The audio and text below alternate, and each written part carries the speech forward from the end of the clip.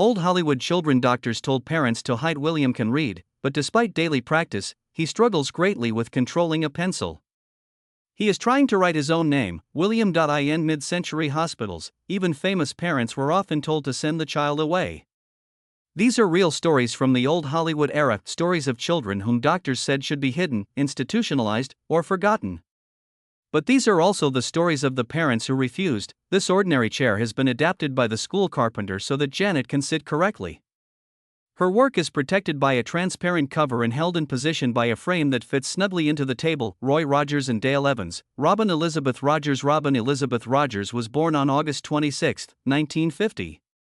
Dale Evans later recalled that the nurses noticed immediately that the baby was blue. The umbilical cord had been wrapped around her neck.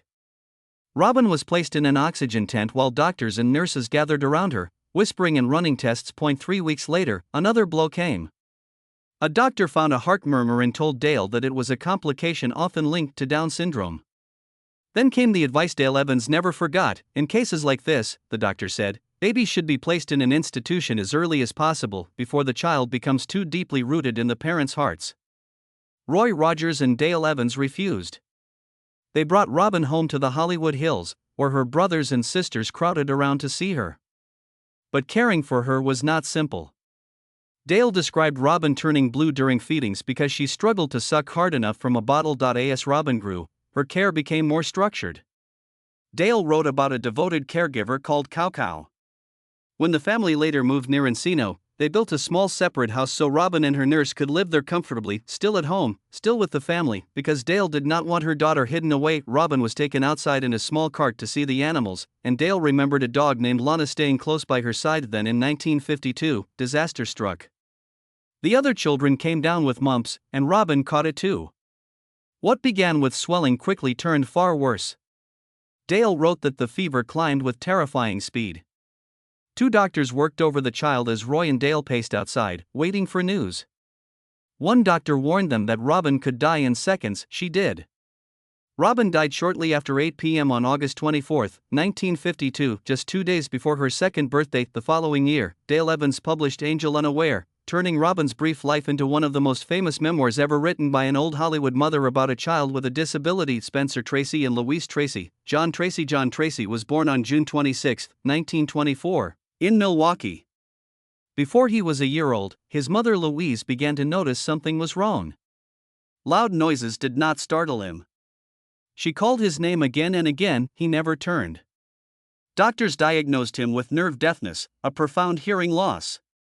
There was no treatment they could offer, and Louise was essentially told to wait until the boy was old enough for formal schooling. She refused to wait. Instead, she began working with him at home every day, speaking directly in front of his face, repeating sounds and words, and teaching him to watch lips and follow facial expressions. In 1927, when John was just 3, she enrolled him in the Wright Oral School in New York, where deaf children were taught to speak and lip read. Then another crisis came. John contracted polio, adding a physical disability to everything the family was already facing. But Louise kept going. Years later, in July 1942, she spoke publicly about what it meant to raise a deaf child. That talk helped launch a parent training program in Los Angeles that eventually became the John Tracy Clinic, an institution built so other families would not have to face the same fear and confusion alone. Dorothy Dandridge and Harold Nicholas. Harolyn Lynn Suzanne Nicholas. Harolyn Suzanne Nicholas was born on September 2, 1943. Dorothy Dandridge later said she went into labor while her husband Harold Nicholas was out playing golf and he had the car. She waited for him to return, and according to Dorothy, that delay haunted her for the rest of her life. What followed was a difficult forceps birth in which the baby was deprived of oxygen. At first, Harolyn, known as Lynn, looked physically normal. But month after month, her development did not follow a normal path. Dorothy carried her from one doctor to another. The final diagnosis did not come until Lynn was already 3 years old, severe brain damage. Doctors advised institutionalization. Dorothy refused. Instead, she arranged private care. For nearly 20 years, Lynn lived with Eloise Matthews, Auntie Mama, in Dorothy's circle, while Dorothy paid the bills and tried to keep the situation away from the press, but the cost never ended. Lynn needed constant supervision. Dorothy's life became a cycle of work, payments, and emotional strain. Her marriage collapsed, and the divorce was finalized in 1951. By the early 1960s, Dorothy's finances were collapsing. After bankruptcy and failed investments, she could no longer afford Lynn's private caretaker. Lynn came back to Dorothy just as Dorothy herself was losing her house in the Los Angeles hills. During the move, Lynn sat at a piano and played the same simple pattern over and over while movers carried furniture and boxes out the door. The men stopped to listen, then applauded. Dorothy, standing in the emptying house, served them hamburgers and coffee. When the money finally ran out, Dorothy was forced to do what she had resisted for years. She placed Lynn in a California state institution. Luca Magnani was born in Rome in October 1942. His mother was already becoming one of Italy's greatest screen stars, but she raised him as a single parent and guarded her private life fiercely. Then polio entered the story. In 1944, when Luca was still a toddler, he caught the disease. The paralysis remained. Years passed and improvement never came. By the time he was 7, he still could not use his legs and spent much of his time in a sanitarium for treatment. Those who saw him remembered a handsome, dark-haired boy who seemed healthy in every visible way except for the paralysis that had taken his legs. Magnani poured money into treatments, doctors, clinics, specialists, and promises. At last, she was told the truth: the damage was permanent. Luca would not walk again. The actress pushed for better contracts and higher fees to secure her son's financial future. At one point, she saw a legless war veteran dragging himself along a sidewalk, and the sight stayed with her. Afterward, she said something bleak and unforgettable. She realized it would be even worse when children like Luca grew up. Charlotte Ray and John Strauss. Andy Strauss. When Andy Strauss was still very young, Charlotte Ray felt that something was wrong, but she could not name it. While pregnant with her younger son, she took Andy for evaluation. The doctor examined him and told her to come back after the baby was born. When she returned, the verdict was blunt: her son, the doctor said, was autistic. Charlotte later recalled that she misheard the word and answered, "He's artistic?" The doctor corrected her, "No, autistic." Then came the next blow. "Wait another year," he said, "and if Andy has not improved by 6, institutionalize him." Charlotte Ray refused. She and her husband searched for schools and programs that might help. A minister found a school for Andy near 12th Street and 5th Avenue. The tuition was $2,000 a year, a major burden at the time. Even getting him there became its own crisis. Charlotte eventually stopped working so she could focus on Andy and his brother.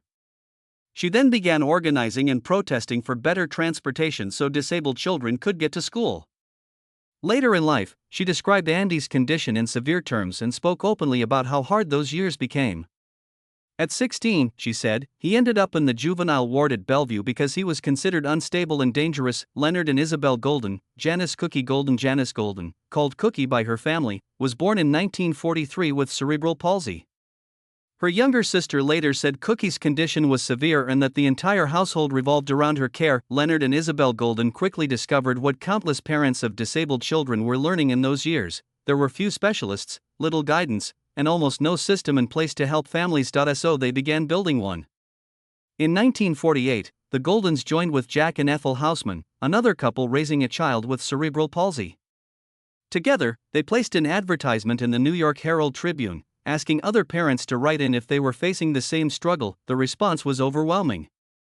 Hundreds of families replied. By August 12, 1949, a national cerebral palsy organization had been chartered, bringing scattered local efforts under one umbrella. Soon, television was being used to raise money and public awareness. In 1950, United Cerebral Palsy launched an early telethon, pushing the issue into millions of American homes. Cookie herself never outgrew the diagnosis. She died in 1973, still young. Jean Tierney and Oleg Cassini. Antoinette Daria Cassini. In 1943, Jean Tierney was pregnant with her first daughter when she made a brief appearance at the Hollywood Canteen. Not long afterward, she came down with German measles, rubella. Their daughter, Antoinette Daria Cassini, was born on October 15, 1943. The consequences were devastating. Daria was born with congenital rubella syndrome, a condition linked to deafness, cataracts, and profound developmental impairment. About a year after the birth, a former Marine approached Tierney and reminded her that they had met at the Hollywood Canteen. Then the woman asked a chilling question: had Jean happened to get German measles after that meeting? She had broken quarantine to come. Jean Tierney never forgot it. Daria lived much of her life in institutional care. Even after Jean Tierney and Oleg Cassini separated, her care remained a permanent responsibility written into the legal and financial arrangements that followed the marriage. She lived into old age, dying on September 11, 2010, just short of her 67th birthday. Patricia Neal and Roald Dahl. Theodol on December 5, 1960, 4-month-old Theodol was out in his pram in New York with the family nanny when a taxi struck the carriage. The baby suffered severe head trauma, including multiple skull fractures and brain injury. For about 2 weeks, he was kept in an oxygen tent while doctors fought to save him. He survived the first crisis. Then came the second. The injury led to hydrocephalus, a dangerous buildup of pressure and fluid on the brain. Surgeons implanted a shunt to drain it, but the device repeatedly failed. Over the following months, Theo underwent revision after revision as blockages returned and the pressure kept swinging. At times, those pressure changes even caused temporary blindness. When the family returned to Britain in early 1961, Theo's treatment continued under pediatric neurosurgeon Kenneth Till at Great Ormond Street Hospital. Roald Dahl, desperate to help, brought in Stanley Wade, an engineer and toymaker known for his precision work. Together, Wade, Dahl, and Till studied where the existing system was failing. Out of that crisis came the Wade-Dahl-Till valve, introduced in 1962 and later used in thousands of children. The bitter irony was that Theo himself never needed the new device. By then his condition had stabilized. But the accident that almost killed him ended up helping countless other families for years afterward. Tex Ritter and Dorothy Fay. Tom Ritter was born with cerebral palsy. Years later, his mother, Dorothy Fay Ritter, described the birth as catastrophic. She said she had suffered a serious traffic accident, her back was broken, and Tom had to be delivered by cesarean section. She described the moment in extreme terms, saying that both she and the baby had effectively been gone for 11 minutes. Whatever exactly happened in that delivery room, the consequences stayed for life. As the boys grew up, Tom's disability became part of daily family life. His brother, John Ritter, later remembered that he often thought Tom was stronger than their parents believed. When Tom fell down, John would tell him to get up.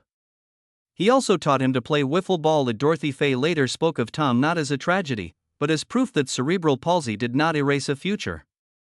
He grew into adulthood, studied at several universities, and in the early 1970s even spent a summer in Washington working for the Senate Select Committee investigating Watergate. Louis Armstrong and Daisy Parker. Clarence Armstrong. During a heavy rain in New Orleans, little Clarence, the child Louis Armstrong was raising, wandered onto the wet rear gallery of their second-floor apartment. The wood was old and slick. Armstrong later said he and Daisy were in the front room listening to records when they suddenly heard crying.